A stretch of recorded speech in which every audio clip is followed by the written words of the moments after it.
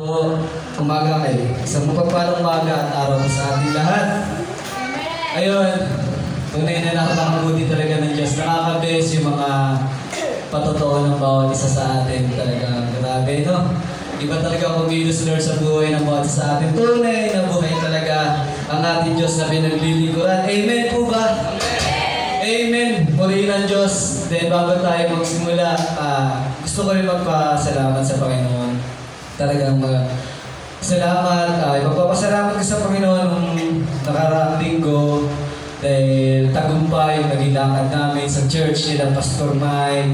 Talagang grabe. Big experience din po yun para sa akin. Kasi bihira ko rin po ma-experience yung ganun na makapag-lead sa ibang church. Pero sa kabila na hindi man kami napag-practice dito, iba yung na-practice namin na kanta na dapat Tagalog pala yung kanta na yun. Pero nagawa pa rin namin ng maayos. Tulong po yun ng ating Panginoon. Kahit hindi na kami nag-practice doon, pero naibigay po namin ng todo. Nai-express po namin kung anong nais iparating ng Panginoon. Talagang grabe yung prayer ko. Talagang nanalangin ako sa Panginoon kasi yung kaba ko kakaiba eh. Talagang siyempre, ibang church yun, iba yung mga kakaharap namin, mga kaharap ko. Kaya talagang nangangamba ko na kinakabahan ako. Sabi ko, siyempre, hindi lang basta-basta eh. Parang para sa akin, ibang experience yan para sa akin. Ayun, natuwa naman po ako dahil nakita ko naman na napuspos po ang lahat.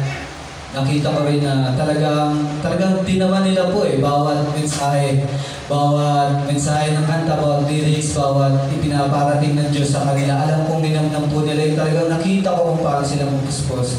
At pinatotohanan din po yun ng ilang pastors po doon, ilang pastors po din na nagpatotoo na talagang grabe daw, napuspos po talaga sila sa aming ginawa na sa praise and worship. At salamat sa Panginoon dahil talagang nandun yung Panginoon. Si Lord ang nakita nila at ang tinig ni Lord ang narinig nila. Hindi ko po kasi alam kung ano yung provision. Ano po ba yung provision, Pastor? Provision provide sa... Kasi di ba may pagpapala ng Panginoon. Pagpapala. Kasi may binatestify din ba si Pastor? Vision. Provision. Di ba habang nagpe-praise and worship tayo? Vision. Ano yung vision? Okay. Bukasan namin. Ayun, may vision daw po kasi siyang nakita. Si Pastor, yung nag-lead ng offering. Nga po nag-praise and worship kami. Meron daw po siya nakitang vision po. May English kasi, kaya hindi ko po siya doon medyo... Basta may nakita po siya na vision habang nag-praise and worship din na yung kaaway din daw po na nakita niya na sinusubukang wasakin yung ginagawa ng praise and worship habang nakapikit po ito kasi mata niya. Talagang grabe daw po talaga. Marami pinakita sa kanya si Lord habang nag-aano kami. Pero hindi daw po nagtagumpay yung kaaway dahil daw po yun sa power. Sobrang naging powerful daw po talaga yung praise and worship na ginawa namin. Yun po yung dahil po sa Panginoon. Kaya talagang sabi ko, sa Panginoon lang po ang papuri, ang lahat ng papuri. Purihin po ang Diyos, purihin po ang Diyos. Pinupuri po ang Diyos po yung akin. Talagang, we did it well naman daw, sabi niya. Kaya salamat sa Panginoon. Ito ay dahil po sa ating Panginoon. Ang katagumpayan ay tanging sa Panginoon lamang. After nga po na talagang grabe na nagpasalamat ako sa Panginoon. Lord, salamat. Tuloy na napakabuti mo. Hindi mo kami iniwan, hindi mo kami pinabayaan. Talagang, wala po akong aangkinin, wala po kami inaangkin na karangalan, papuri. Kundi ikaw lamang, Panginoon, dahil sa iyo nagmula ang lahat. Talagang wala po, parang pag sinasabi nilang gano'n, sa Diyos lang po lagi, sa Diyos lang po lagi. Sarap po pala, may experience yung marami ka nakakasalamuha ng nakapananampalataya mo. Dahil parang naiiba ka na rin eh.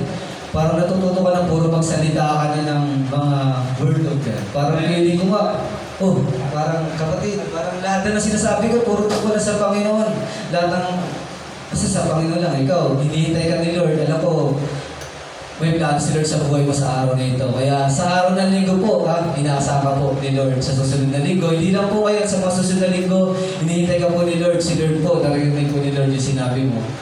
Kaya dito po, yung iba po na gusto nila pumunta dito, inaalam nila yung church. Kaya sabi ko po, dito po kayo tinawag ni Lord, kaya dito po kayo, supportan niyo po yung gawain dito. Then, Kung maligaw naman po kayo sa lugar namin, available naman po, open naman po kayo lahat doon. Pwede po kayong pumunta, dyan lang naman po kami sa ayun, purihin ng Diyos. Then tayo ngayon ay dadako sa pag-aaral. Ayun, medyo kasi anong oras na ako nakatulog kagabi? Iba pala yung feeling kapag ikaw na yung tatayo dito. Alas 3 na ako nakatulog, grabe talaga. Madaling araw na, alas 3. Nagsusulat pa rin ako. Kaya sabi ko, Lord, ikaw na po bahala sa akin, itago mo na lang po ako sa iyong likuran kasi hindi naman po ako marunong magsalita. Sabi ko, ikaw na po bahala. Then, tinawag po ako, pinili mo akong tumayo, mag-share. Hindi naman po ako nagreklamo at ako'y sumunod sa iyo. At naniniwala po ako sa iyo, Panginoon, na hindi mo po ako iiwan, hindi mo po ako pababayaan. Kaya nawa, samahan mo po ako. Then, bago tayo magsimula, siguro manalayan muna tayo. Then, purihin ng Diyos, purihin ka, Ama, aming Diyos na makapangyarihan, tunay na makapangyarihan, dakila sa lahat, walang Diyos na tulad mo. Salamat po, Ama, sa pribilehiyong ito, Panginoon. At muli kami, Panginoon, binigyan ng pagkakataon, papurihan ka, pasalamatan ka, sambahin ka sa araw na ito, at binigyan mo pa kami ng pagkakataon upang mag-aral ng iyong salita, Panginoon, na nais mong iparating sa amin, sa oras na ito, Panginoon, Lord God. Lord, ikaw po ang siyang manguna, tunay nga nasabi mo sa iyong salita, na sino mang humihingi o lumalapit sa iyo ay bibigyan mo, Panginoon. Humihingi po ako at lumalapit po ako sa iyo, Panginoon, sa mga oras na ito, Panginoon, ng karunungan, kaalaman na nagmumula sa iyo, Panginoon, Lord God, dahil hindi ko po mapagtatagumpayan ito kung wala ka, Panginoon, Lord God. Kaya samahan niyo po ako, ikaw po ang siyang tumayo sa aming kalagitnaan, Panginoon. Ikaw po ang siyang manguna, ikaw po ang siyang makita, Panginoon. Ikaw po ang siyang magsalita, Panginoon, para sa akin, Panginoon, Lord God. At nawa, Panginoon, bumaba sa akin ang banal na Espiritu, Panginoon, Lord God, upang ako'y gabayan, Panginoon, Lord God, upang aking kainayag ng maayos ang nais mo parating sa oras na ito sa bawat sa amin, Panginoon. Kaya, Panginoon, kami sumasampalataya sa iyo, nagtitiwala sa iyo, hindi ka man namin nakikita o nasisilayan ng iyong mukha, pero kami naniniwala sa iyong mga salita at sa iyong pangako, Panginoon. Salamat po, Ama. Salamat po sa iyo kung pinagkakatiwala. Ang gawain nito, ibinabalik ko po ang kataas-taasang papuri, pagdakila at pasasalamat sa tanging pangalan lamang ng Diyos, anak ni Jesus, na Ama namin tagapagligtas. Amen. Amen. Purihin ng Diyos. Takpakan natin ng Diyos na buhay sa araw nito. Hallelujah. Hallelujah din. Purihin ng Diyos. Tayo po'y dadako. Kung po tayo ay mag-aaral. Ang pinaka-topic po natin kasi ngayon ay isa po ito sa yung kasalanan po na hindi mapapatawad, di kayang patawaran ng Diyos, o unforgivable sin. Tungkol po sa mga usapin ng pagpapatawad ng mga kasalanan. Bakit mayroong natatanging kasalanan, uri ng kasalanan na hindi maaari mapatawad ng Diyos? Ang Diyos ba ay walang kapangyarihan laban sa bagay nito? Ano nga ba ang mga uri ng kasalanan na hindi kayang mapatawad ng Diyos? May mga uri po pala kasalanan hindi na kayang patawarin ng Diyos, no? Grabe, parang nakakatakot pala. Kaya kailangan po, mga kapatid, maging aware din po tayo. Baka po isa po ito ay sumasalamin sa ating buhay, spiritual po, no? Ngayon, kaya nawa, maging aware po tayo. Tignan po natin kung ano ang mga uri ng kasalanan na hindi mapapatawad ng tao. Ay, ang una po ay nakalagay po dito ay una yung mga unbelievers po. Number 1, unbelievers. Yung mga taong hindi naniniwala sa Diyos. May unbelievers po ba din? Siyempre po wala, di ba? Kaya po tayo nandito kayo dahil tayo po ay naniniwala na meron Diyos na makapangyarihan sa lahat at na meron Diyos na makapagliligtas sa bawat isa sa atin. Amen? Hallelujah! Ito po pala, yung unbelievers po pala, o mga tao hindi naniniwala o hindi sumampalataya sa Diyos, sila po ay uri ng tao na hindi kayang patawarin ng Diyos. Bakit? Bakit nga ba? Binigyan tayo ng Diyos ng malayang pagpapasya at nasa iyo kung tatayo ka sa dilim o sa liwanag. May mga taong naniniwala lamang sa mga bagay na nakikita nila. O sabi nga, may mga sabi to si to believe, no? Yung mga unbelievers kasi, Meron po kasi hindi po nila nakikita, minsan hindi po talaga sila naniniwala. Ang Diyos hindi naman po nakikita, paano nga ba sila maniniwala? Ang salita, minsan po, ang mga unbelievers po kasi, sila po yung mga uri ng tao na hindi talaga naniniwala sa salita ng Diyos, na kahit nakakarinig sila tungkol about sa Word of God, about sa kaligtasan, pero mas pinipili po nilang paniwalaan yung mga sinabi ng kanilang mga kapatid o lolo man na hindi, o kaya ng ibang church na dito ka lang, basta member ka man namin, ligtas. May mga ganun church pa nagsasabi, ang iba naman, sabi nga, basta gumawa ka lang ng mabuti, ligtas ka na sa langit, ka na agad mapupunta. Kaya may ibang tao, ayun po ang tawang pinaniniwalaan nila. Kaya po, sila po ay tinatawag ng mga unbelievers. Sabi nga po sa John 3:16, di ba? Dito po nagpapatunay. John 3:16. Pakiyano nga, Brother Joshua, John 3:16. Ito po yung patunay ng pag-ibig ng Diyos po, no? Dahil ito naman, matagal na talaga. Unang-una pa lang, ito talaga yung pinaka-sikat na verse po na alam po natin. Dahil naligtas po tayo sa pag-ibig ng Diyos. Yun, sapagkat gayon na lamang ang pag-ibig ng Diyos sa sangkatauhan. Kaya't ibigyan niya ang kanyang kaisa-isang anak upang ang sino mong sumampalataya sa kanya ay hindi mapapahamak, kundi magkakaroon ng buhay na walang hanggan. Amen. Yan po ay ang pangako ng Diyos.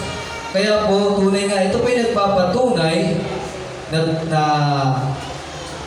tunay na ang pangako ng Diyos ay tayo po magkakaroon ng kaligtasan ng buhay na walang hanggan sa pamamagitan ng po yun ng paniniwala o pagsampalataya sa ating Diyos. Kaya paano po tayo maliligtas na Diyos o magpapatawad sa anumang ating mga kasalanan kung hindi po tayo naniniwala sa ating Diyos o sa pangako ng Diyos? Maaari po maraming tao na binamalit ang kamatayan ng Diyos ng pagtubos na ginawa niya sa krus ng Kalbaryo para bayaran ating mga kasalanan, nilinisin ang ating kasalanan sa pamamagitan ng kanyang dugo sa krus ng Kalbaryo. Yung iba po, hindi pina-appreciate yun, binabaliwala po nila eh. Gumamit na si Lord ng mga tao, matatalinong tao, gumawa ng palabas upang ipakita sa kanya dahil sa mga salita, sa pamamagitan ng Biblia, minsan hindi sila naniniwala sa salita. Gumawa na si Lord ng palabas, ng movie, about sa kung paano niya ginawa, isinakatuparan ang pagkamatay sa krus. Pero marami pa rin hindi naniniwala. Diba? Hindi sila naniniwala. Ayun pa tunay na unbelievers. Sa mga, ayon po sa salita ni Lord, sila po yung mga tao, isang uri ng tao na hindi kayang patawarin ng Diyos. Dahil paano nga ba sila mapapatawad kung hindi po sila naniniwala o sumampalataya sa Diyos? Dahil wala nga pong ibang daan patungo sa kaligtasan, kundi lamang ang ating Diyos, ang pagsampalataya sa ating Diyos.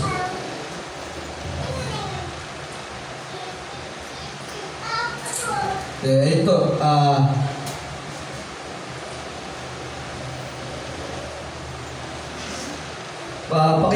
pakibasa nga po sa John 14, verse 6. Pakibasa po sa John chapter 14, verse 6. Ito po ay nagpapatunay po, no? Na wala pong ibang daan patungo. John chapter 14, verse 6. Sumagot si Jesus, "Ako ang daan, ang katotohanan at ang buhay. Walang makakapunta sa Ama, kundi sa pamamagitan ko." Ayun po, sumagot si Jesus, "Ako ang daan, ang katotohanan at ang buhay." Ayun, si Jesus po yun. Siya po ang daan eh. Siya po ang daan patungo sa ating Ama. Kung hindi po natin tatanggapin si Jesus bilang ating Panginoon Diyos o ating tagapagligtas, hindi po tayo magkakaroon ng koneksyon sa Diyos Ama. Hindi po tayo magkakaroon ng authority tumawag, humingi ng tawad sa ating Diyos. Kung hindi po natin siya, hindi po natin niyatanggap si Kristo bilang Panginoon ng ating Diyos na tagapagligtas. Dahil simula po na kapag tinanggap po natin si Kristo bilang Panginoon nating tagapagligtas at sumumpalataya po tayo sa Kanya, tayo po ang Holy Spirit po ay mananatili sa atin. At yun po, Panginoon, yun ang magliliwanag, may kitang liwanag ng Diyos o magiging simpleng tatak natin para magkaroon tayo ng personal na relasyon sa Diyos. kapag tayo may personal na relasyon sa Diyos, magkakaroon tayo ng authority humingi ng tawag sa Kanya. At ang Holy Spirit din, yung banal na Espiritu din ang nagtuturo sa atin o para tayo ay lumapit sa Diyos at humingi ng tawag sa Kanya. Kaya yan po,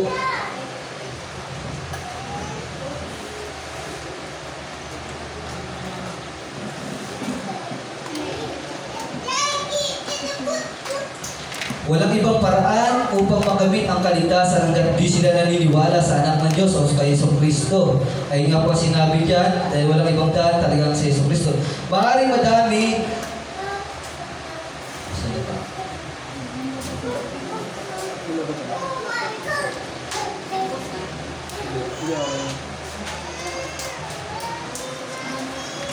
At ito po ang maaaring dahilan kung bakit lubhang mapangalim po, no?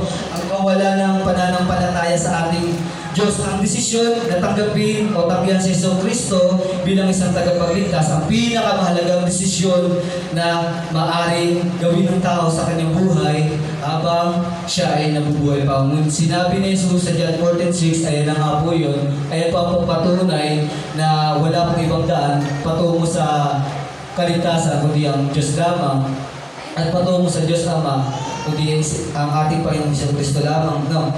Bali, dito po sa talatang ito, o sa number 1 po natin, unbelievers, sila po ang uri ng tao, unang uri ng tao, na hindi po kayang patawarin ng Diyos. So, yun nga po, uri po ng tao. Bakit nga pala uri ng tao? Ba't tayo na po sa uri ng tao, unforgivable sin ang pinag-usapan natin. Sabi nga po, di ba, ang English word ng kasalanan ay sin. At sa tatlong letra na yun, o letrang I, nagre-represent po sa akin, sa iyo, at sa bawat tao. Dahil alam po natin, sa tao po nagsimula ang kasalanan. Simula po yun, di ba po, nung kaya Abadan, sa tao po nagsimula ang kasalanan. Kaya po, ang pinag-usapan natin ngayon ay sa uri ng tao na hindi kaya patawarin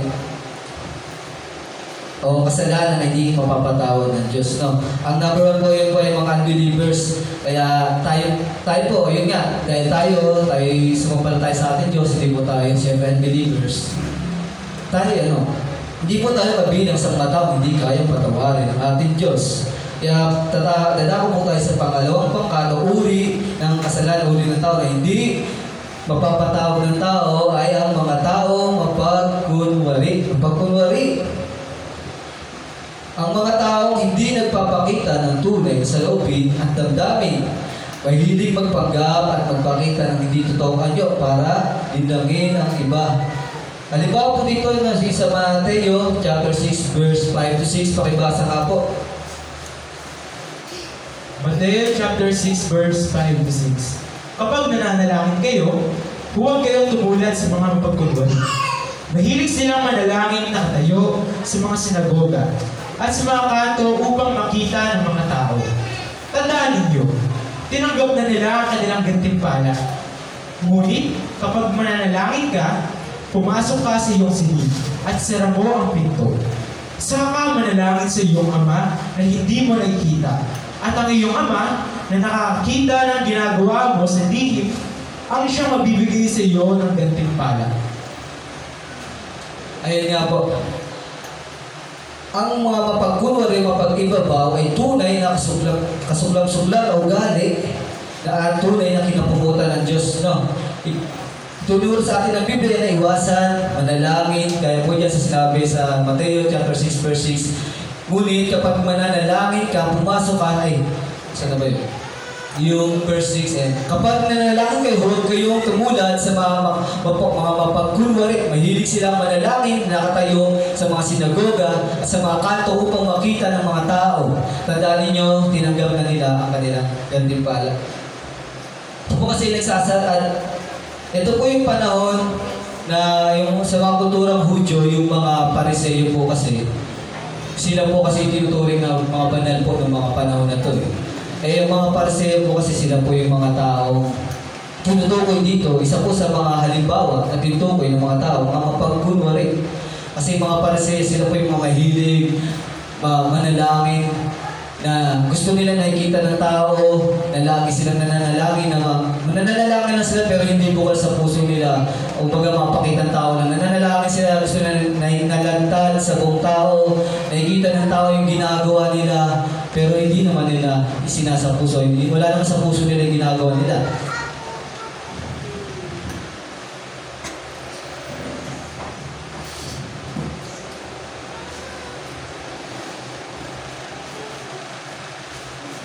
Ayun po, ang mga Pariseo po ay isa po sa mga halimbawa po no, na sa mga mapagkunwari mapag-iba po sila po kasi dati. Talaga gusto lang nila yung yung mga upong pandangal, gusto nila yung sila yung napapapurihan, gusto nila yung tawag silang guro. Dahil sila yung dati yung panahon nun, sila po yung yung namumuna sa nagtuturo ng batas. Di ba po, pastor, sila yung mga nagtuturo ng batas sa mga panahon na yun. Tsaka sila yung nauna sa mga pagsamba eh. Hindi po nila inilalahad yung yung tunay na ginawa ng Diyos, yung kapangyarihan ng Diyos.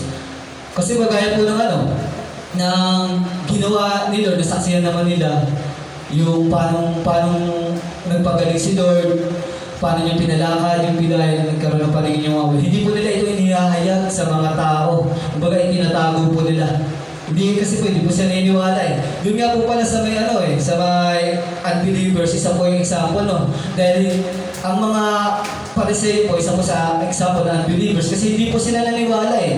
Kahit na nakita na nila, nasaksihan nila mismo, yung mga himalang ginawa ng Diyos, hindi po sila naniwala. Ibig na maniwala sila sa Diyos, pinagbitaw pa nila si Lord, si Jesus, na ang taong yan ay ang ginagawa, ang kapangyarihan ay nagmumula sa demonyo. Imbis na maniwala sila, pinaratangan pa nila sa Yesu Cristo na ang ginagawang milagro ni Lord, ang pagpapagaling, ay ang ginagawa yung kapangyarihan niya daw ay nagmumula sa demonyong si Beelzebub. May binanggit pang pangalan doon si Beelzebub po ba yan, pastor? Yung isang uri, di ba sa prinsipe ng demonyo. Isang uri po pala ng prinsipe ng demonyo si Beelzebub po ba yan? Ayun po. Sa kanya daw po nang gagaling yung kapangyarihan ng Diyos. No, binigyan na may mga panahon na po yun, may mga pinagaling si Lord, ay si Cristo, ng mga bulag, pilay, meron pa siyang binuhay muli, yung basta may anak po na binuhay siya muli. Na nabalitaan po ng mga Pariseo, nakita nila naman, nasaksihan din nila na yung tao. Ito yung makita ko doon na hindi ilang taon nang nakahiga, nakailatad. Pero bakit ngayon dala niya yung kanyang higaan, di ba? Nakapaglakad na siya, yung ilang taon po yun na hindi nakabangon. May sakit po siya, lumpo po yun, di ba? Isa po yun na pinatutuhanan ni Jesus na siya. Sinabi po na siya ang tao. Siya si Jesus na nagpagaling sa akin.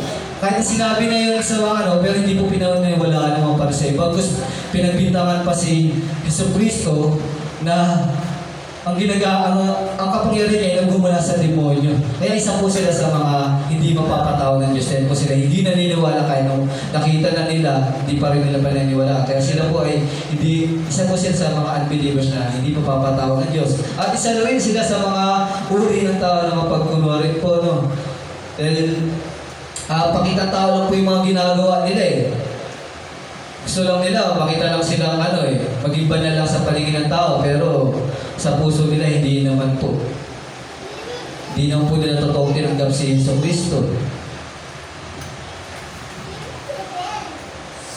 Kaya sa buhay naman po natin ngayon, wala naman po iba yung mga mapagkunwari sa mga taong tulad natin ngayon. Kunyari siguro, umatin tayo sa church, nagpupuri tayo, sumasambay, inaras natin kami natin sa Panginoon.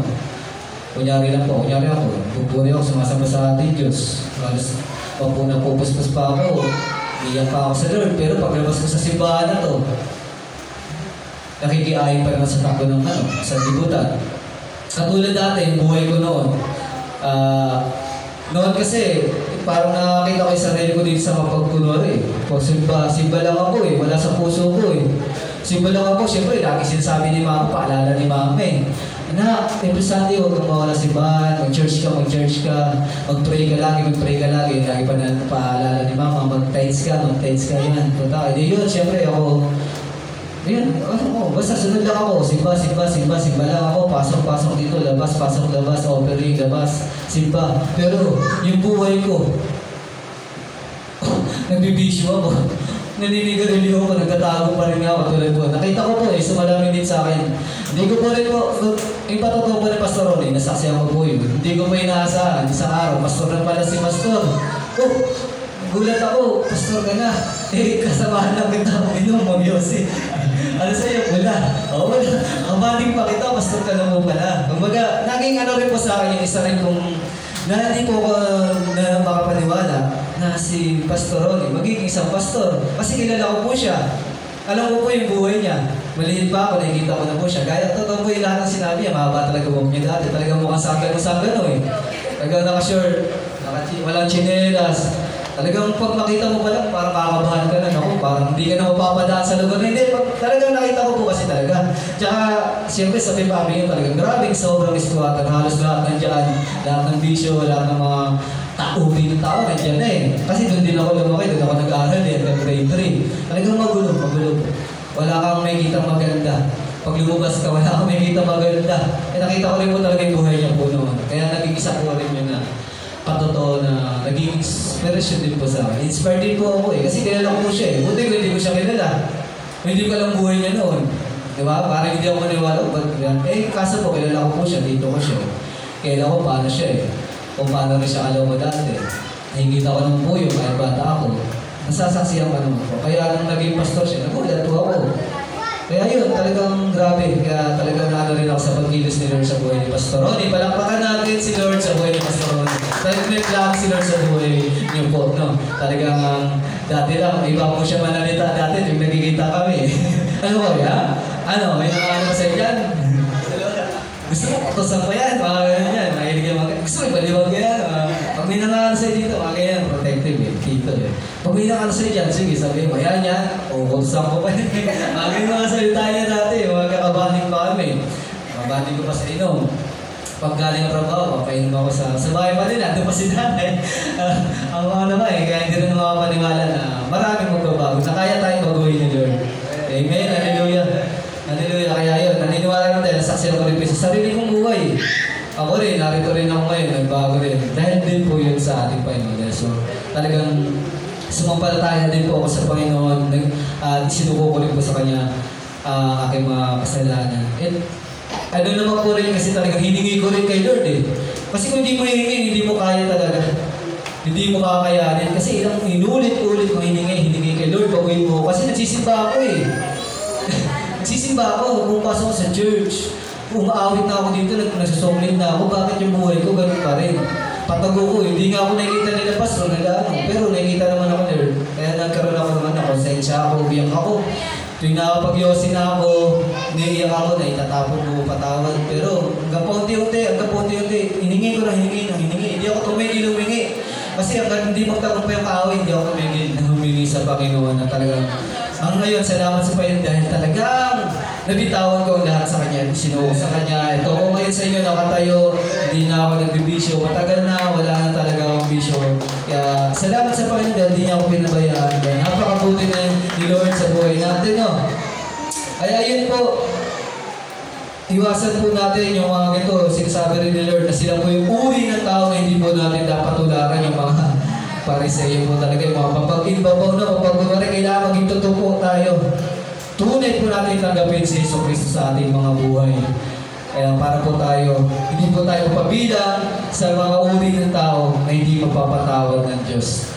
Kaya po, ayun po, tayo naman po ngayon dadako sa pangatlo, no? Pangatlong uri ng kasalanan o uri ng tao na hindi mapapatawad ng Diyos ay yung mga taong naghahanap ng kaligtasan sa iba. Naghahanap ng kaligtasan sa iba. Hindi may nililigtas ng Diyos ang mga naghahanap ng kaligtasan sa iba, maliban kay Yesu Cristo. Sabi nga sa John, chapter 5, verse 40, pakibasa nga po.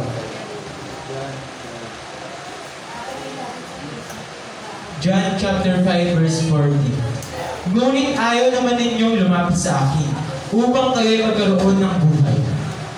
Ayun, ngunit ayaw naman ninyong lumapit sa akin upang kayo'y magkaroon ng buhay. Ito po ay nagsasaad na ang ilan ay tumatangging lumapit kay Jesus para maligtas daw. Yan po yung patunay. Ngunit ayaw naman ninyong lumapit sa akin. Patunay po ito na marami po. Pero pong mga talagang hindi lumalapit po sa ating Panginoon at di po siya tinatanggap bilang Panginoong Diyos na kanyang tagapagligtas, no? Sabi nga po sa Gawa chapter 4 verse 12, pakibasa nga po ulit. Gawa chapter 4 verse 12.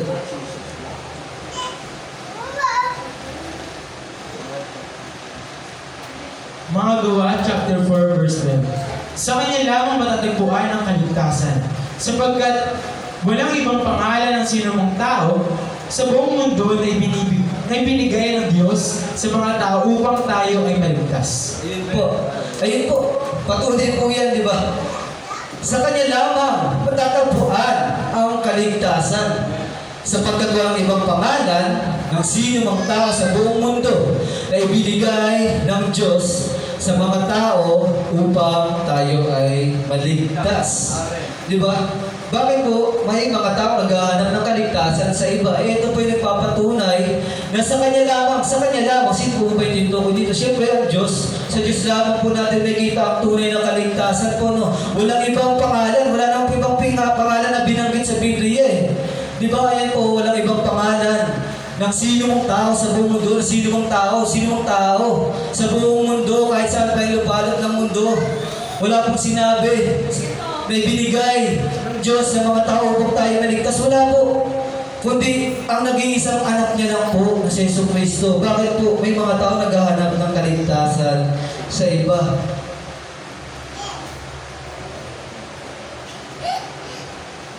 Ito po, no, sila po siguro yung mga uri ng tao sa panahon natin ngayon.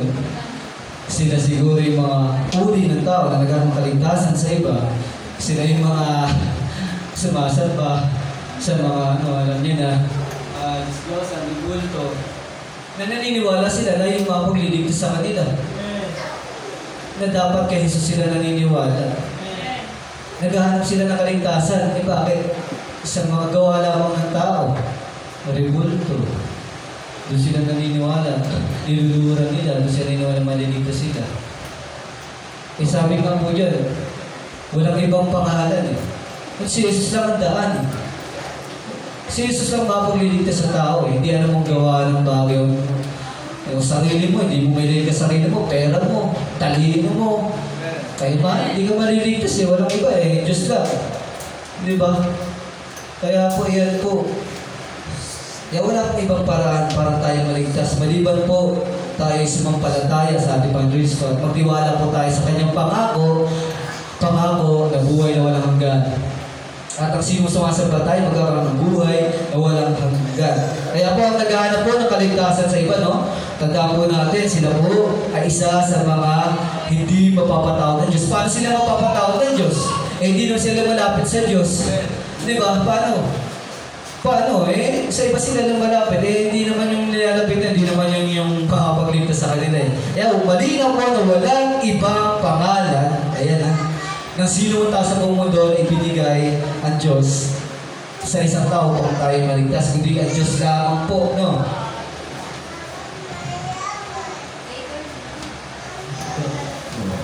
Ayan po.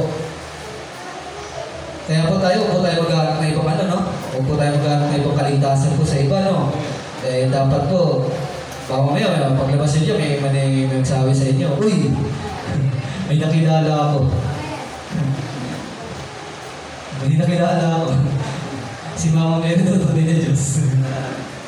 Ayun, huwag po tayo maniwala doon, no? Kailangan po, ayun po, paniwalaan po natin kung ano po yung nakasaad sa Biblia. Kung ano lang po yung nakasaad sa Biblia, yun lang po paniniwalaan po natin, no? At tayo po idadako na po sa pang-apat po na uri ng kasalanan ng tao na hindi, o uri ng tao na hindi kayang patawaran ng Diyos ay ang apostata o mga backslider, no? Backslider o apostata. Ano po ba yung mga backslider o apostata? Sila po, ang mga apostata o backslider, sila po yung mga uri ng tao, mga tao, nakaalam ng katotohanan sa isang pagkakataon, pagkatapos ay biglang tumalikod. Pagkatapos biglang tumalikod, Nasabi ng Biblia na mas mabuti pa sanang hindi nila nalaman ang katotohanan kaysa tumalikod sila. Nung pakibasa nga pa sa 2 Pedro, chapter 2, verse 20 to 22. 2 Peter chapter 2 verse 20 to 22. Nakiiwas na sana sa kasamaan ng daigdig ang mga taong kumikilala kay Jesucristo na Panginoon at tagapagligtas. Ngunit, kung muli silang maakit sa dating masamang gawain at tuluyang mahulog dito, ang magiging kalagayan nila ay mas masahol pa sa dati. Mabuti pang hindi na nila natutuhan ang daang matuwid, kaysa matapos matutuhan ang banal na kautosan, itinuro sa kanila ay tumalikod sila dito. Angkop na angkop sa nangyari sa kanila ang mga kasabihang ugali ng aso. Matapos sumuka ay muling kinakain ng niluwa. At ito namang baboy, palubuhan mo man, pilit na babalik sa dating lubluban. Amen yun. Ito po na, nagsasabi po dito, no? Ito po ay pakibalik nga, Brother Diyos. Ayan. Nakaiwas na sa kasamaan ng daigdig ang mga taong kumilala kay Jesucristo. Ayun po, yung mga tayo po yun. Kumilala tayo kay Jesucristo. Tayo po, no? Nakaligtas na po tayo sa kasamaan. Kasi mula po nang kinilala natin si Jesucristo bilang ating Panginoon, kaya ating tagapagligtas, nanahan na po sa ating banal na Espiritu ng Diyos. Kung saan po tayo ay tinutulong na po sa atin kung ano ang mali o hindi dapat gawin. O iniiwas na po tayo sa kasamaan. Ayun po yun. Ng Panginoon at ating tagapagligtas. Ngunit, sabi dito, ngunit, no? Muli silang maakit sa dating masamang gawain at tuluyang mahulog dito, ang magiging kalagayan nila ay mas masahol pa sa dati. No, ito po, mag-i-aware po tayo dito. Medyo delikado pala kapag tayo ay naging isa. Napabilang dito sa pagiging backslider po. Kasi grabe po pala. Mas magiging mas masahol pa yung kalagayan nila kaysa dati. No, kaya ayan, medyo nakakatakot pala kapag tayo minsan, nangyari ngayon, tinanggap natin sa Kristo, dumalang tayo ng matinding pagsubok. Kunyari ako, kasi dumalang sa matinding pagsubok muntik na nga ako matangay nung namatay yung asawa ko. Naku, ang dami nagbago yung mindset ko, nagbago. Medyo na-discourage ako sa kay Lord, ang daming inuudyok na yung kaaway sa akin. Ako, paano may dumadaan na Bible verse sa cellphone ko, nire-reject ko na, wala yan, hindi naman totoo yan. Ganun po, naging yung mindset ko dati, nung nagkaroon po ako ng matinding problema. Doon po ako tinira ng kaaway na inuudyokan, doon dumating sa puno, inuudyokan ako na, naku, bumalik ka na lang sa kasalanan mo, mag-inom ka na lang ulit, mag-iusay ka na lang ulit. Wala rin naman, ano nangyari sa'yo, naglilipod ka naman sa Panginoon, bakit kinuha yung mahal mo sa buhay ng asawa mo? Nadalangin ka, nagtiwala ka sa Diyos, pero ano nangyari? Kinuha ka rin yung asawa mo. Muntik na po ako tumalon sa 3rd floor ng hospital. Muntik na po ako mawala sa aking katinuan. Dahil po sa pinagdaanan ko, kasi nasaksiyan ko lahat. Ng mata ko, lahat. Mahirap po, sobrang hirap pala pag nasa ganung sitwasyon pa.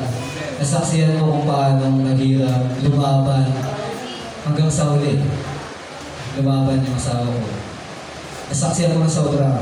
Pero ibinigay ko yung buong pagtitiwala ko ng kay Lord. Naging panatag ang kalooban ko.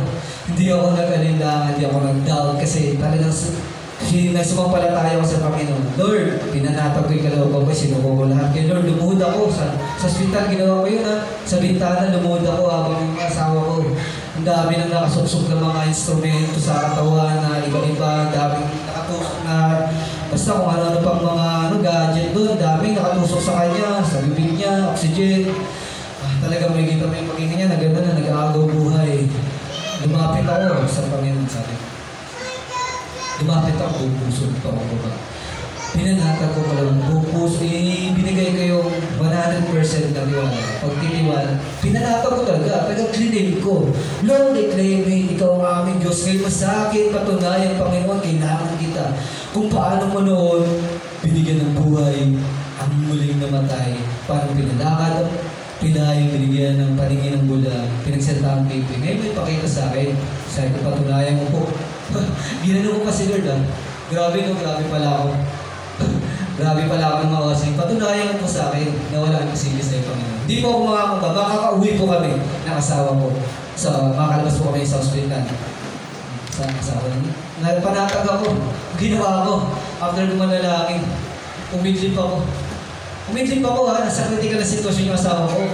Ilang araw akong halos walang tulog. Buong 1 linggo, 2 linggo, hindi lang.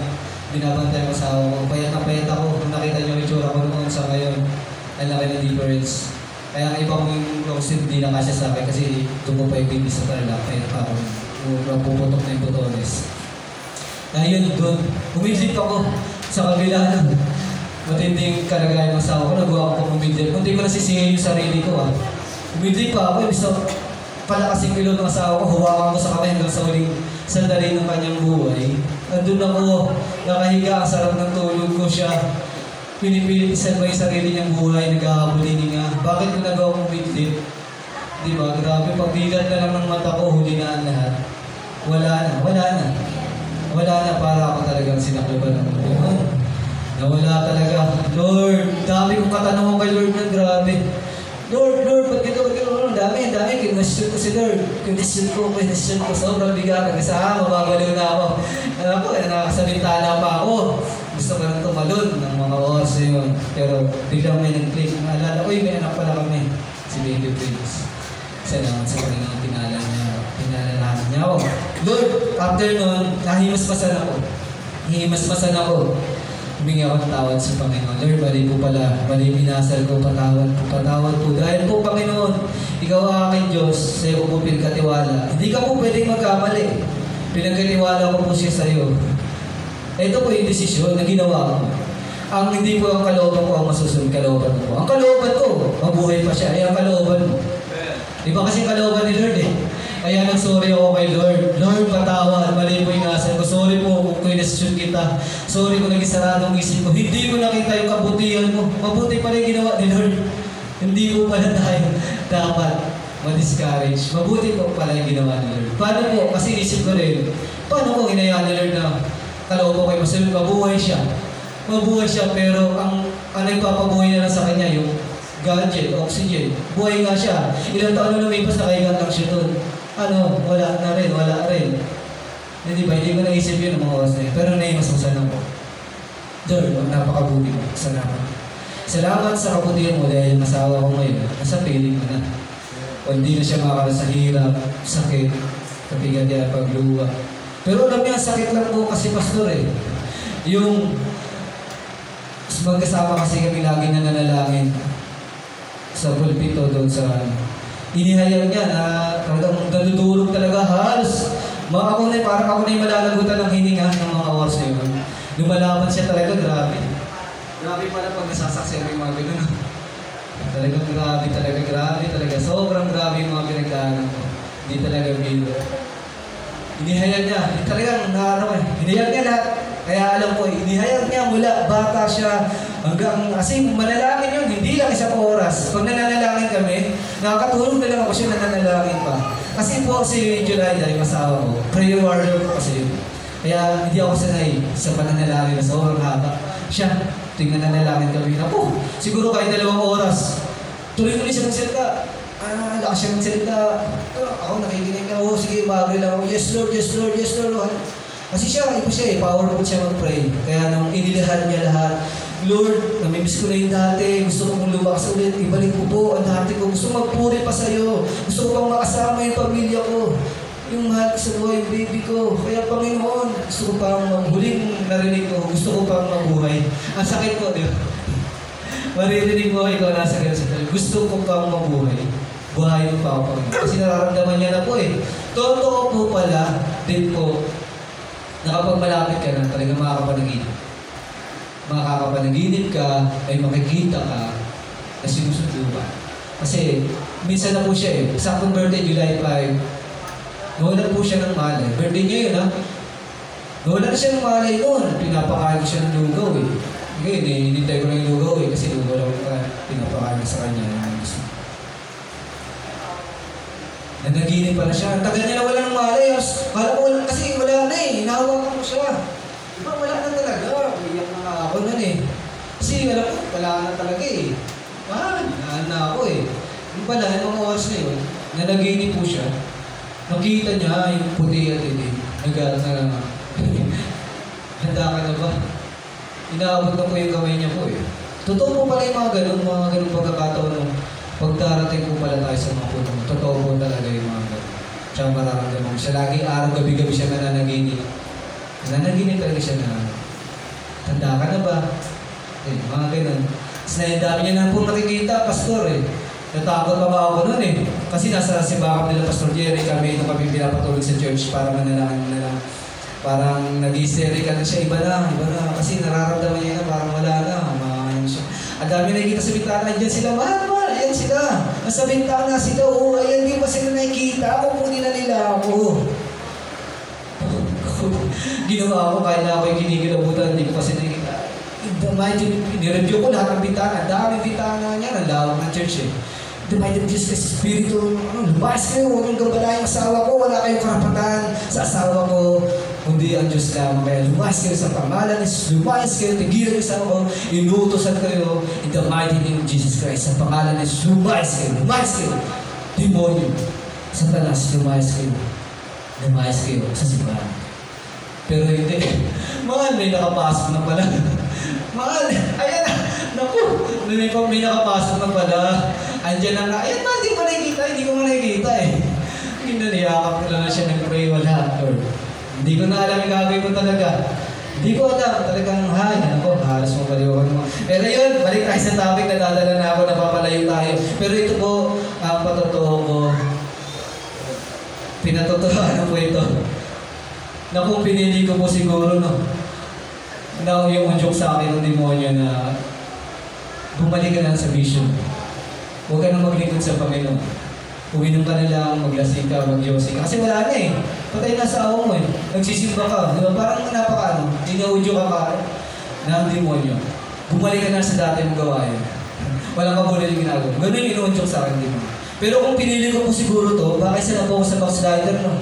Baka isa na po ako sa magiging masahol pa. Baka mas masahol pa yung danasin ko doon. Baka po, di ba? Yung pinagdaan ko isipin nyo. Eh kung sinunod ko yung joke ng demonyo, naging backslider po ako. Baka mas masahol pa, nakakatakot na yung iba pa yung mas masahol, di ba? At tinutukoy po dito na mas masahol pa sa dati, yun po yung kayong paghihirap na walang hanggan. Naghihirap ka dito sa lupa. Ang mas masahol, yung maghihirap ka pa doon sa impyerno, di ba? Ayun po, backslider po ang tawag doon, kaya wag po natin susubukan at tatalikod po tayo sa Panginoon matapos po natin pagkapig at malaman natin ang utos ng Diyos ang katotohanan. At nadala lang tayo sa mga matinding pagsubok, tatalikod tayo. Wag po, paalala po ito, reminders po ito sa atin, backslider. Wag po. Isa po ito sa mga hindi po kayang patawarin ng Diyos ang pagtalikod sa Kanya. Eh, pag kasi nasa punto na po tayo ng pagtalikod sa Diyos, bumalik tayo sa dating gawain, tapos dinatnan tayo ng kamatayan hindi natin inasahan. Wala na, huli na ang lahat. Paano pa? Paano pa tayo? Mapapatawag ng Diyos. So, paano pa tayo? Makakainin ang tawag sa Diyos kasi patay ka na, wala na. Tapos pinili mo na yun. Ayun na po yun, ay pang ibig sabihin ng mga backslider po, no? O apostata, yung mga tao. Minsan nakaalam ang katotohanan, pero biglang tumalikod eh. Bandang huli. Backslider po, isa po sila sa mga tao, hindi kayang patawarin ng Diyos. Kasi naputol po kasi. Huwag sa tumalikod kasi naging backslider ka, naputol yung connection mo kay Lord. Hindi mo na may isip na tumawag sa Kanya. Patuloy ka na nagagawa ng kasalanan, hindi ka na humingi ng tawad. Di ba? Naputol yung time mo. Kaya hindi ka na. Nawala na yung Espiritu sa'yo. Banal na Espiritu. Naguyot siya, nagawa ng mabuti. Nawala na yun dahil mas pinili mo na yun. Ano ka na eh? Ayun o. Laakit ka na sa masamang gawain na tuluyan ka nang nahulog ulit. Wala na, nahulog ka na. Nagpakahumaling ka na lang, in-enjoy mo na. Kaya yun po. Malagim po. Mas malalapit ka sa sabitan ng mga backslider. At nawala na dahil naputol na yung ugnayan mo sa Panginoon. Wala na. Hindi ka na mapapatawag nito. Sa mga ganung pagkakataon po, no? Kaya po ito po, reminders po ito sa atin, no? Kaya habang Ano ba tayo, may times. Lalo tayo maging mainit sa Panginoon. Paalala lang po ito, no? Paalala po sa atin ito ng Panginoon. Then, ayun po, tayo po ay dadako naman po tayo sa panglima. Ito po, isa po ito eh. Ito po, talagang isa rin po sa napakabigat na ang paglapastangan sa banal na Espiritu Santo. Ito po ay isa kasalanan walang kapatawaran ayon kay Jesucristo. Sabi po sa Mateo 12:31 to 32. Mateo chapter 12 verse 31 to 32. Kaya't sinasabi ko sa inyo, mapapatawad ang anumang kasalanan at paglapastangan. Ngunit hindi patatawarin ang anumang paglapastangan sa Espiritu. Sino mang magsalita laban sa anak ng tao ay patatawarin. Ngunit, sino mang magsalita laban sa Espiritu Santo ay hindi patatawarin. Maging sa panahong ito o sa panahong darating. Yan nga, pakibalik nga sa 12. Ayan. Yan. Kaya't sinabi ko sa inyo, mapapatawad ang anumang kasalanan at paglampastangan.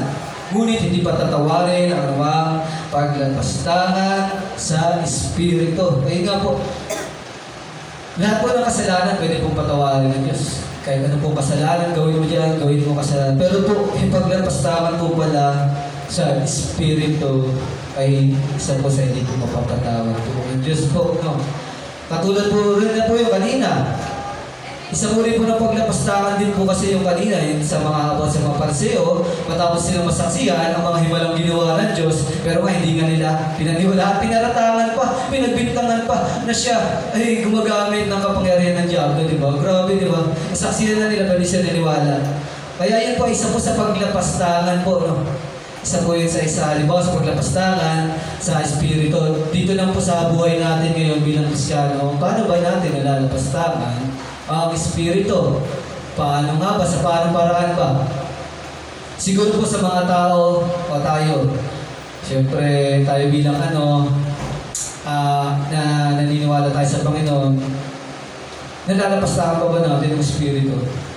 Sa paano paraan kaya natin nalalapastangan ang Espiritu? Sa paano paraan kaya? Hindi lang ganun kalita. Pag hindi, di ba? Siyempre, pag hindi tinagyan. Pag tinanggihan.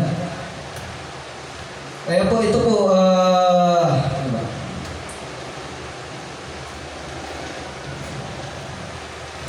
Paglapastahan ko lang sa Espiritu, hindi po, paano po natin malalapastahan, paano ba? Example nito, siguro ialibaw na natin sa tao na lang, sinong tao. Ito, gaya nito, nag-aaral tayo. Naririnig nila to. Naririnig nila. Kaya kaya, naririnig nila. Naku, mga ganyan. Naku, sus, hindi mo naman mga ganon. Sa uri po pala ng paglapastangan din po yun, no? Kasi idinidinig nila, nire-reject nila. Hindi naman totoo yan. Kayo maniwala dyan. Isang uri po pala ng paglapastangan po yun sa Espiritu. Sa banal na Espiritu po, no? Kasi po yung Espiritu po, banal na Espiritu, ito po yung umuusig sa budhi ng tao para siya magsisi o tanggapin sa Jesucristo bilang Panginoong Diyos na kanyang tagapagligtas. Pero kapag once po na ang tao ay nakaparinig ng salita ng Diyos at naramdaman niya na sa sarili niya na parang gusto niya na eh. Gusto niya na eh. Parang gusto ko na maniwala. Pero hindi niya pinaniwalaan pa rin bandang muli. Ay hindi, mas maniniwala ako sa sinabi ng mama ko. Magsimba lang ako doon. Sa taas, maliligtas na ako. Mas pinili niya yun, hindi niya tinanggap ng totoo. Ipinahayag ng Biblia, yung John 3:16, hindi niya pinaniwalaan. Isang uri po pala yun, paglapastangan.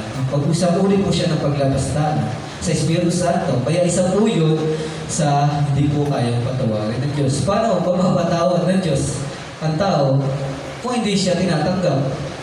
Diba? Hindi tinatanggap si Jesucristo bilang Panginoon at Diyos yung tagapagligtas. Hindi po siya mapapatawad ng Diyos. Kaya pagdating po ng panahon, hindi po siya maliligtas. Hindi siya mapapatawad ng Diyos. Kaya yun po. At ang pinakalas po ay ang pang-anim ay ang pagpanaw ng isang tao. Bakit po kaya ito napabilang sa uri ng kasalanan. Ba't uri ng tao na hindi mapapatawad ng Diyos? Ang pagpanaw ng isang tao, paano po kaya ito? Bakit kaya? Bakit kaya, Pastor? Bakit po kaya nasama ito? Ang pagpanaw ng isang tao? Bakit napabilang po kaya dito?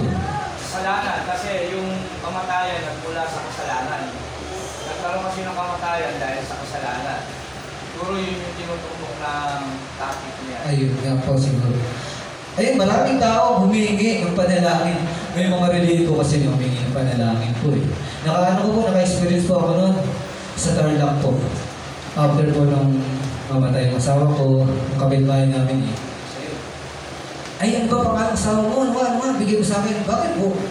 Para saan po ba? Hindi, ano kasi may paano doon, ipadasal doon. Ipadasal po doon. Ibibigay ko po yung pangalan niya sa pari. Papanalangin po namin siya para po siya maligtas. So, hindi ko po kailangan yung pasalamat. Ayun po, na-experience po yan doon sa Tarlac after po ng mamatay asawa ko.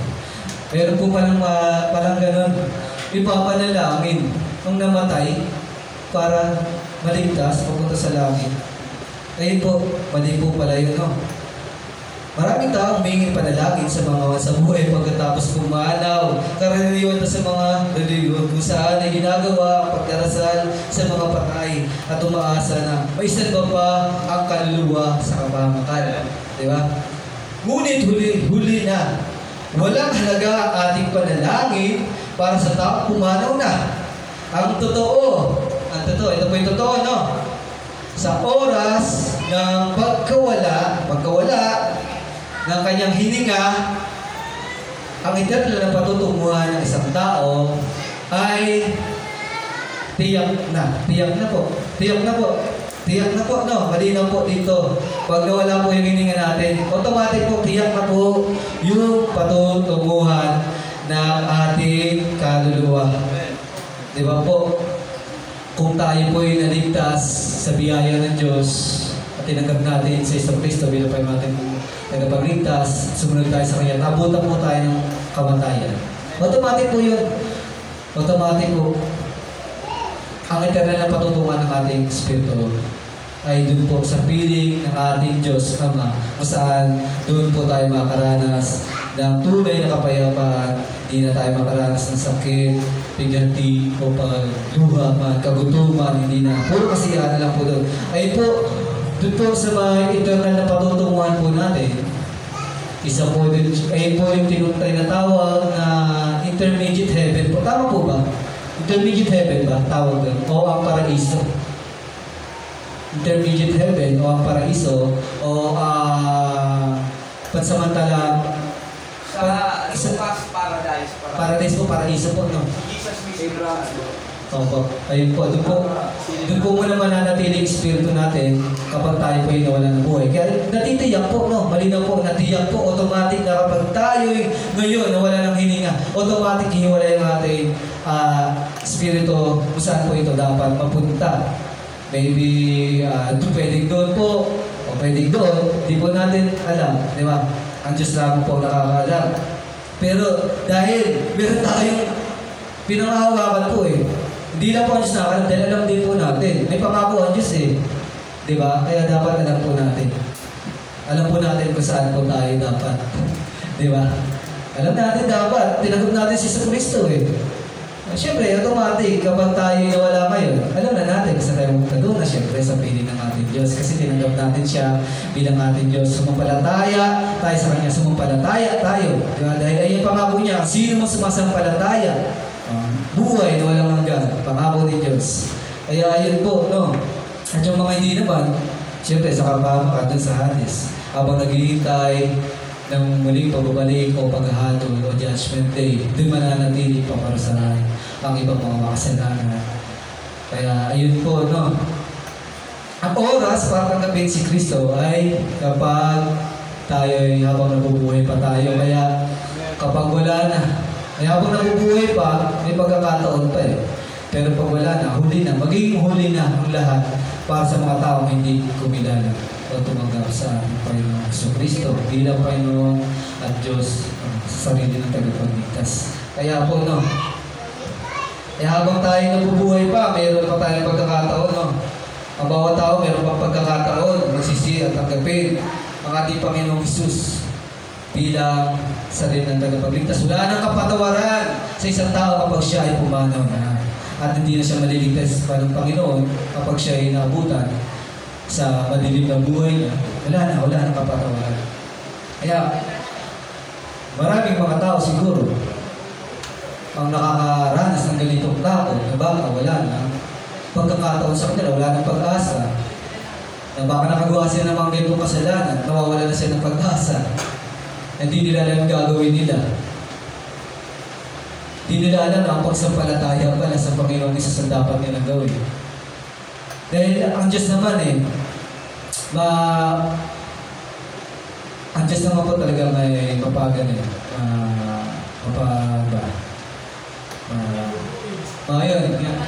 Mapadibubuhin Diyos Mahabagin po talaga ang Diyos Kaya hindi po ito po tanda po natin.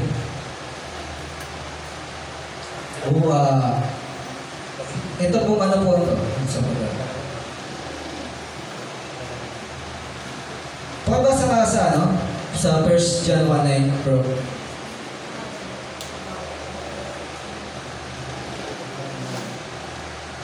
First John chapter 1 verse 9.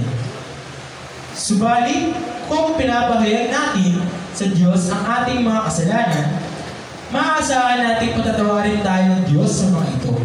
At nilinisin tayo sa lahat ng ating kasalanan, sapagkat siya'y tapat at matuwid. Amen. Ayun nga, sabi po diyan sa 1 John 1, subalit, kung ipahayag natin sa Diyos ating mga kasalanan, maasahan natin patatawarin tayo ng Diyos sa mga ito.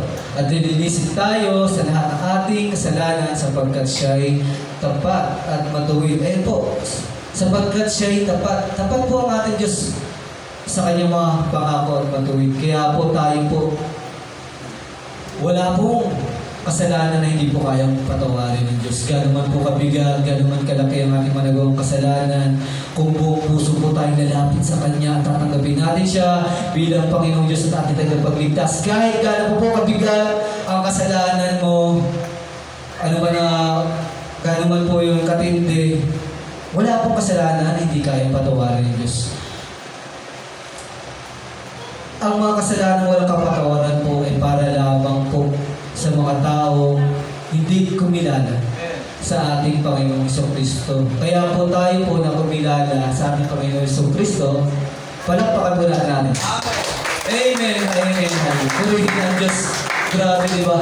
Tandaan po natin yung mga sinasabi po dito na mga kasalanan walang kapatawaran po ay para lamang sa mga tao hindi sumampalataya at hindi tinanggap ang Panginoong Jesucristo. Kasi paano sila patatawarin nga, di ba? Hindi naman nila tinanggap si Jesucristo. Si Jesucristo lang ang daan Walang ibang daan, si Jesus lang. Hindi nila tinanggap. Kaya ang sino mang hindi tumanggap talaga kay Jesucristo, wala na.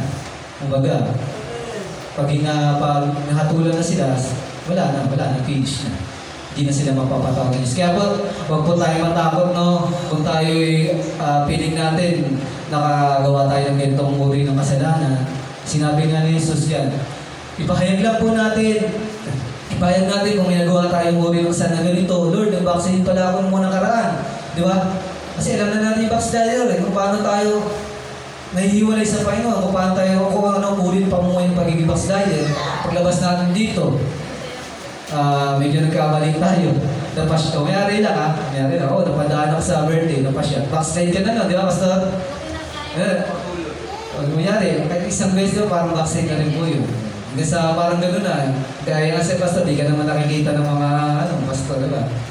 Ganun po, kaya, para lang po ito, no? Kaya, kapag inihayag po natin sa Panginoon yung lahat ng ating mga kasalanan, at tinanggap po natin siya sa sarili, asahan po natin ang kanyang pangako na buhay na walang hanggan, na sino mas masambal tayo sa ikaw ng buhay walang hanggan, at hindi mapapahama. Kaya ito po ay panghawakan natin bilang tayo mananampalataya at sumasampalataya sa ating Diyos. Talagang grabe, maging aware po tayo. Hindi po tayo dapat matakot dahil po si Satanas lang po ang nagsasabi nito na wala po kayong patawarin. Kaya po yung iba, nawawala na ng pag-asa yung iba. Kasi wala namang nais si Satanas eh. Kung dililangin tayo, paniwalain tayo sa ganitong uri ng kasalanan. Sige, maniwala ka na dyan. Wala na. Kung naisip mo na nakagawa ka ng ganito, hindi mo na lang gagawin ako. Hindi na pala ako papatawad ni Lord. Pinaniwala mo na sa iyong joke sa Satanas na wala ka ng pag-asa. Baka isang araw may sigaw mo na, kailangan mo na yung buhay mo. Hindi, wala na akong pag-asa eh. Hindi na rin naman ako maliligtas eh. Kasi nagawa ko ito lahat ng mga to eh. Lahat ng binanggit dito, nagawa ko. Ano pang gagawin ko? Kahit gumawa ko ng mabuti, hindi na ako maliligtas na ko. Mawakasan ko na lang buhay ko. Papakasama na lang ako. Enjoyin ko na lang. Wala na. Nadala ka na. Kaya po, mali po yun. Mali po. Kaya ayun. Ang tanda lang natin na ang kapatawaran, ang kasalanan ng walang kapatawaran para lamang sa may hindi naniniwala at di sumasampalataya sa ating tunay na Diyos na buhay. Hallelujah! Purihin ng Diyos sa araw na ito, nawa. Meron tayo kahit paano na. Kasi, yun, salamat sa Panginoon. Tayo na lang po manalangin ng Panginoon. Hallelujah, Jesus, pinupuri ka namin, Panginoon, sa araw na ito. Salamat po, Panginoon Lord God, sa iyong paggabay sa amin, Panginoon. Salamat, Panginoon, dahil kami pinagtagumpay mo, Panginoon Lord God. At pagtatagumpay mo pa, Panginoon Lord God, sa lahat ng oras at sa paglabas namin sa simbahang ito, kami pagtatagumpay mo sa mga panulusog ng kaaway, Panginoon. Nawa, Panginoon, aming narinig, Panginoon, ay maging aware po about sa amin, Panginoon Lord God. Salamat po, Panginoon, dahil kami, alam mo sa amin kung ano ang katotohanan, Panginoon. Ang tunay nga, Panginoon, na ang mga kasalanan ng walang kapatawaran ay para lamang po sa mga tao hindi naniniwala at sumasampalataya sa iyo. Salamat, Panginoon, sa iyong salita at sa iyong pangako, Panginoon Lord God, na aming pinangahawakan, Panginoon, sa aming mga buhay. Habang kami nabubuhay, Panginoon, kami hindi namin ito bibitawan at pangahawakan namin ito, Panginoon. Yun ay ang iyong pangako, ang pangako mo na buhay na walang hanggan, nandiyan lamang sa piling mo, Panginoon Lord God. Kaya, Panginoon, patuloy mo kayong bigyan ng katatagan, Panginoon. Ano man ang aming pagsubok na kaharapin, Panginoon, alam namin, Panginoon, na hindi mo kami pababayaan. Pagtagumpayin mo kami, panakasin mo kami, Panginoon Lord God. Nawa, Panginoon, ang bawat sa amin, Panginoon, ay magkaroon, Panginoon, din ng karunungan. Patuloy mo kami bigyan ng karunungan, Panginoon Lord God, sa pagsasalita, Panginoon, kaalaman, Panginoon, how to speak your word, Panginoon, para hindi mawala yung takot namin, Panginoon. I-share din ito sa iba, Panginoon. At meron kami may pang lalaban, meron kami may pang ibabato sa mga katanungan na dapat nilang nais nilang malaman, Panginoon. Bigyan mo kami, Panginoon, ng kaalaman, Panginoon, na nagmumula sa iyo, Panginoon Lord God. Salamat po. Ikaw lamang ang pinupuri, ikaw lamang ang pararangalan, ikaw lamang ang tinataas sa aming mga buhay, ikaw lamang po, wala nang iba. Salamat, Panginoon, ibinabalik namin ang kataas sa papuri po sa salamat sa dakila mong pangalan.